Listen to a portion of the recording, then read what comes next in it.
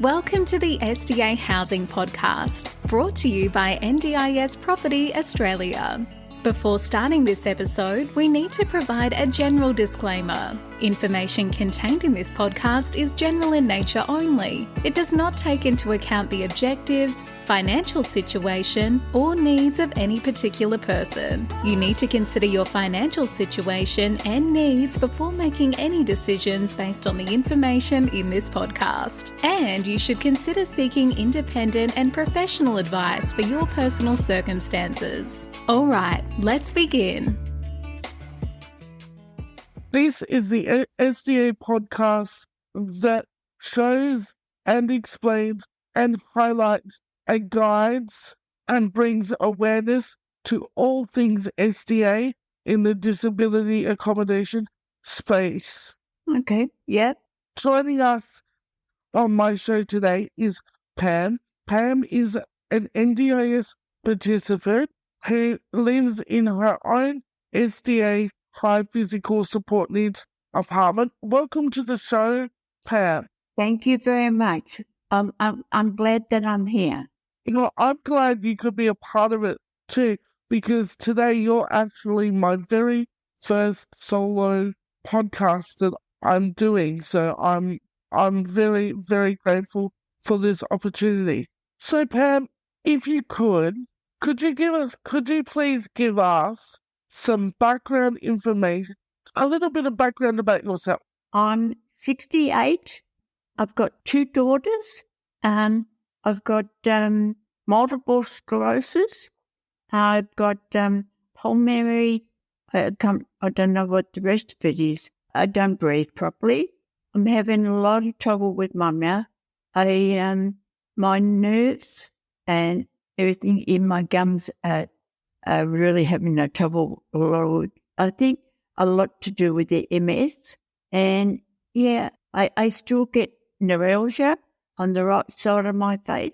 But yeah, I'm wheelchair bound. It's been a long road to get to an SDA, but I'm very, very grateful that I'm in here. We've had a few problems to start off with, but on the whole lot really now is pretty good. And the SDA that I'm in now is a lovely size. It's a good size for a person in a wheelchair. So, yeah, at the moment, I mean, you can't complain about anything. Wow, that's fantastic, Pam. It's great to see that you're happy in your apartment and that, you know, you're choosing how you want to live and where you want to live. That's really good. You were saying that your SDA experience has been very long and difficult. Can you please explain what you've been through with your SDA process? Well, to start off with, when I first was told about the NDIS coming on board, I was told by someone that it was going to be the best thing ever for people with disabilities. It was going to be, the government would allocate you some money and you'd be able to use it for whatever you need. And it was just going to be the most wonderful experience for everyone. Well, it started off pretty good, but then I realised that you were allocated some money, which was really good, but you can't spend it the way you want. You are basically told what you're allowed to spend it on.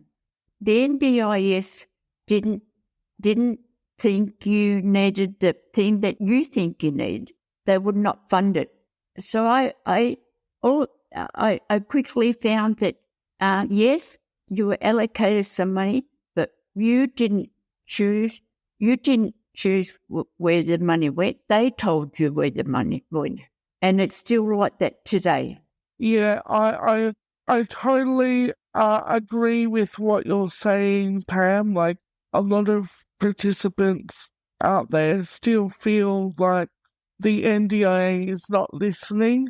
They're not trying to assist us the best way that they can. And I 100% agree with what you're saying. When it comes to your home and living journey that you've gone through, so you've got your lovely SDA apartment, what the process in getting that, how did you find that process? Like, was it a difficult one? Was it easy? Did you have to go through so many appeals to get it? Like, yeah. It was horrendous. It was absolutely horrendous to think that, I mean, people nowadays have got enough to worry about. But to think that you've got a disability, and then on top of that, they're going to make you beg for somewhere to live. Now, I mean, I don't know how many appeals we went through. It would have been about at least 3. And then I was made to go to a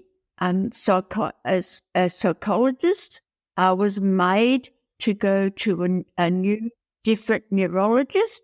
My neurologist I have now is one of the best in the country, but his word wasn't good enough.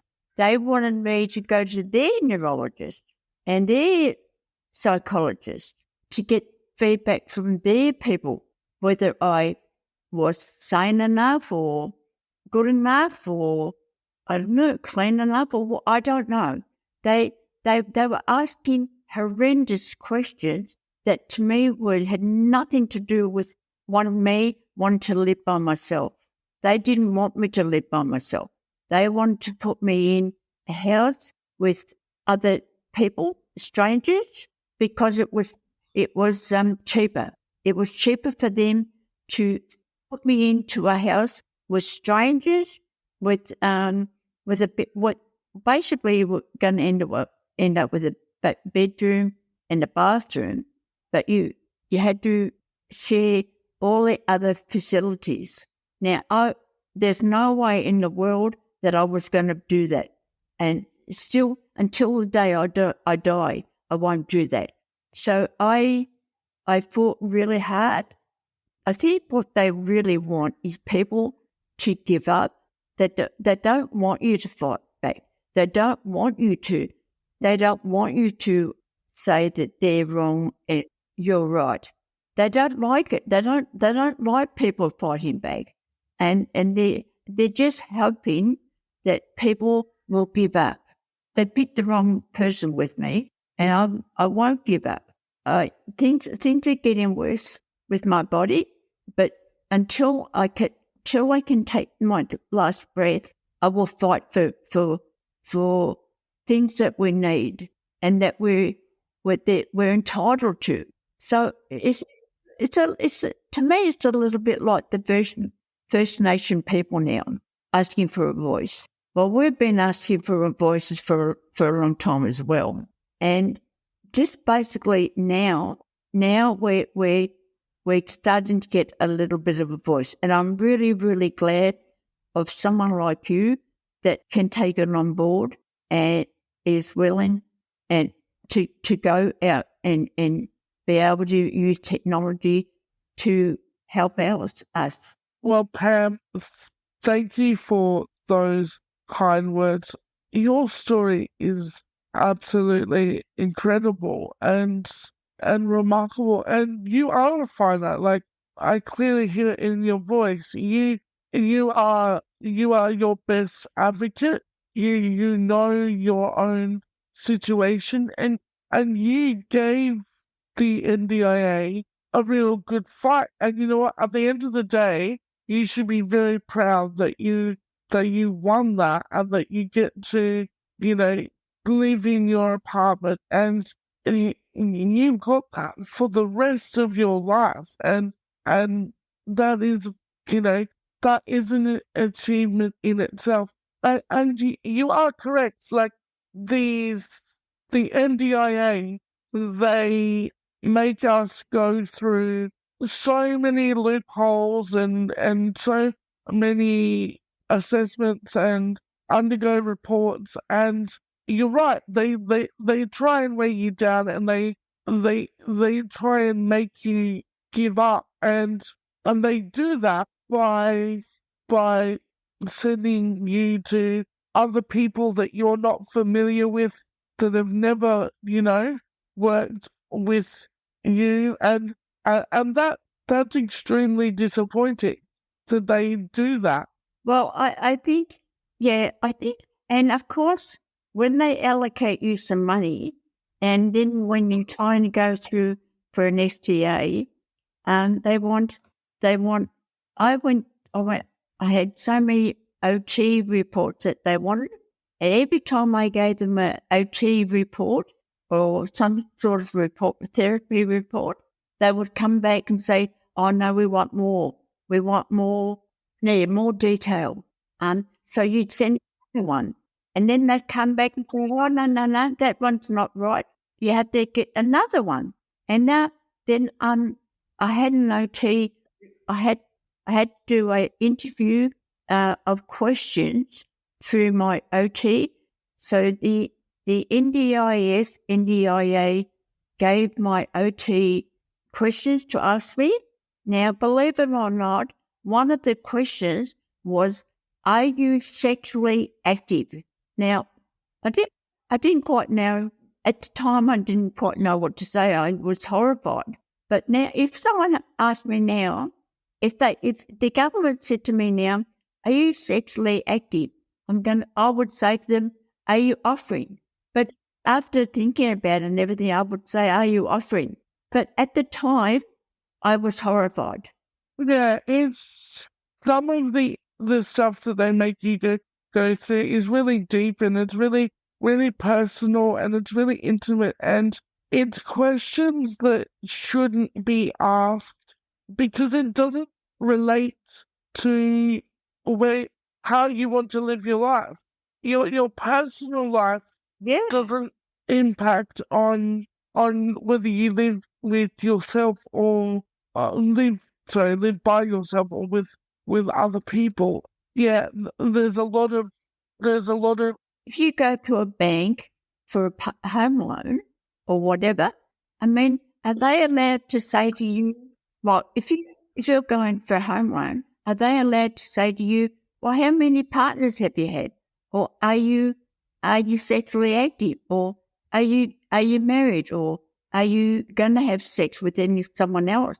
I mean, that sort of thing is personal, and obviously I'm not sexually active, but if I choose to be, then that's my business. Exactly. That's your personal and private life, and that should not be. As long as you're not putting anyone else at risk for anything, then it's personal. Yeah. No, I fully agree. I agree with you there, man. Tell me, obviously you went through the AAT Did you go through the AAT process? Yeah. You did. Did you go to a hearing stage as well, or was it? Did they? I'm trying to think of the word now. Did they sort of make you an offer before it went to a hearing? Yeah. Yeah. I had 3 different offers before I went to a hearing, and three case conferences as well. And so I went through a lot of different things before they started off with offer of one, and then they would offer a little bit more, and then a little bit more, until I got the money that I needed to be able to come in here. Yeah. It's a really, from my personal experience, just briefly, I myself had to go to the AAT. I was at the AAT for 3 years. I had exactly the same questions, and I had to go through the whole same situation that you went through, and at the end of it, they eventually I had to go to a hearing as well. They gave me what I asked for at the end, and I was like, they talk about, and you would agree to this, that they talk about trying to save money and cut costs within the NDIS, but yet they're spending all this money on lawyers and court fees and stuff, and they're wasting all that money where that money could be going to exactly what the scheme is designed for, and it's designed for its participants. So you've got to ask yourself, should we be holding the NDIA accountable for their over expenditure of absolutely fees? Yeah. Yeah. Someone I know, they looked into the amount of money that had been spent on lawyers and their side, and it was in the millions that they had spent to fight people. Now, I always think that usually first or second, you know whether someone's going to be reliable, is not going to hurt the property, is obviously pay their rent, which you've got to do, pay your bills and all that sort of thing. So people should know when they first see someone or talk to them, they should get in a feeling about them. Now, why do you have to go through years and years and millions of dollars to fight someone? Why do you do that to someone? Why do you? What people have enough problems now living, let alone anything else, and you're adding more stress on it. I reckon they took 20 years off my life putting up. In the end, you think you're not worth it. You think you're worthless, and that's exactly how I felt. Absolutely worthless. Yeah. I completely agree with you that you question everything about your life and your existence. Yeah. Because they make you go through such a vigorous, not necessary process just to prove that you need a basic everyday life item like a roof over your head. So You fighting for the basic rights. yeah, exactly. It's a human right issue, and it's actually in our constitution that every Australian should have a roof over their head, regardless of their disability or their age or their it's a constitutional right. Yeah. I do have one final question for you, Pam, and that is, where do you see yourself and where do you see the NDIS heading in 5 years' time? Well, hopefully in 5 years' time, I'll just be in somewhere here or living somewhere that close to shops, close to transport, able to get to places without having to get on a bus or having to get someone to take me all the time. I like to be independent, always have been. So I like to be able to get down, go to the shops and just have a look around. So I think they really, really need to look at where they're building SDAs. I mean, they're doing a lot of building and a lot of high-rises, but they're not doing SDAs. So, I mean, obviously there's got to be developers out there that have got money. Then if there are out there and they're looking at this, please take us on board, and we pay our rent like everyone else, and you get money from our funding. Just take us on board and let us tell you what we need and where the best places for you to build is. Don't in the middle. Yeah. So yeah. I hear what you're saying. Builders and developers need to have participant-focused groups and consult more with participants about locations and because at the end of the day, it's not just about, for us, it's not just about the building itself, it's about the local area and the accessibility to hospitals and doctors and shopping centres and public transport, because, getting a taxi, a wheelchair accessible taxi on a Friday night is just absolutely... You don't use it anymore. Yeah, you don't. Yeah, you are right. Because, There's less maxi taxis on the road now than there used to be. Yeah. There's more Ubers, but Ubers don't cater for disability. They don't cater for wheelchairs. No, you are right. And that's partly because of, companies like Uber who, the ride sharing where it's cheaper, but those sort of services don't cater for the needs of someone in a wheelchair. So I completely agree with you. Getting back to the last question, where would you like to see the scheme head in 5 years? Because what we know currently is the NDIS is currently at its 5-year review cycle stage. So there's a group of people, there's a board convening regularly and taking information from participants and support like all the services, and they're asking what is working and what's not working, and at the end of that review they're gonna look at the scheme as a whole and make recommendations on changes. Where do you see the scheme heading in 5 years? Like, how would you like to see the scheme be better?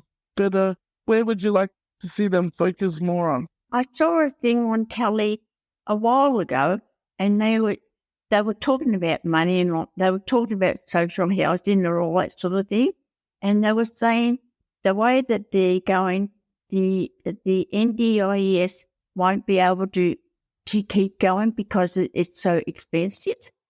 Now, we as participants we're not brought in the system. It's a lot of the providers. There's so many providers out there that I know of that have brought in the system and still brought in the system. Now, I do understand that obviously you can't help everybody. I know there's some people you can't help, but you as a company can look back at what you've done already and say, well, with help, how have we helped and how have we helped them and had they benefited from it? So you can go back to the people that you have already helped and say to them, now, what can we do to change?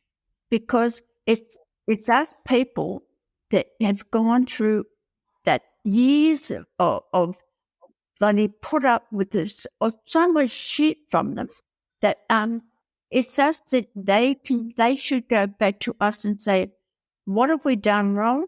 How can we help you better now? And where's the locations and the size of the building that you need? Don't put people in wheelchairs and in a small place and then say to them, oh, you can't doors, or you can't damage the doors, or you can't damage this or that. Well, you've got to give people to move. If you don't give them room, where are they going to go? They're going to bang into the doors and they're going to bang into the wall. So, I mean, the SDA that I'm in is very good, but I live in Queensland, but I'm not allowed to have a 5-fly screen door on my sliding door. They won't let me. The provider for this SDA won't let me have a fly screen. Interesting, because I live in Logan and Queensland, and my balcony door has a fly screen door on it. Oh, okay. Now, see, I was told that you don't need a fly screen in Queensland. Now, I would beg to differ to that. For a start, because I've got no back door, like in summer, you need to be able to open your door to get some air in. But in doing that, you get all the bugs and all the flies. Because running an air conditioning all the time can be very expensive. Yeah. So, fresh air. You don't want an air conditioner all the time. It's not good for your breathing. No, it's not. No, you are right. Yeah, interesting that you say that about the fly screen, because when I moved into my apartment, there was no fly screen, and then someone that lives here actually complained, and then 3 months later, we all got fly screens put on our balcony doors. So interesting that you say that. That's really interesting. Look, Pam, it's almost at the end of the show. I just wanted to say a big thank you for coming forward and sharing your story and your journey and being a part of my very first solo podcast. So thank you. Thank you. I'm very, very, humbled by your fighting spirit, knowing that there are other participants out there that are putting their needs and their priorities before what the NDIA wants and fighting for that. So that is an absolute, I'm extremely proud. So again, Pam, thank you so much for being a part of today's show. Thank you so much. You're doing a very good job. And if any developer is listening, please, I will quite willing to sit down with someone and say, this is what we need, but don't do the whole thing. Don't give us a little bit. But but at least you're doing a good job. Well, thank you, Pam. And again, thank you for being a part of the show. Thank you very much. Bye-bye. Bye. We hope you enjoyed this episode. Please make sure you are subscribed and following us so you can keep in the loop with all of our upcoming episodes. We would really appreciate it if you could leave us a 5-star rating, a written review, and to share this podcast with those that could benefit. Until next time, catch you on the next episode.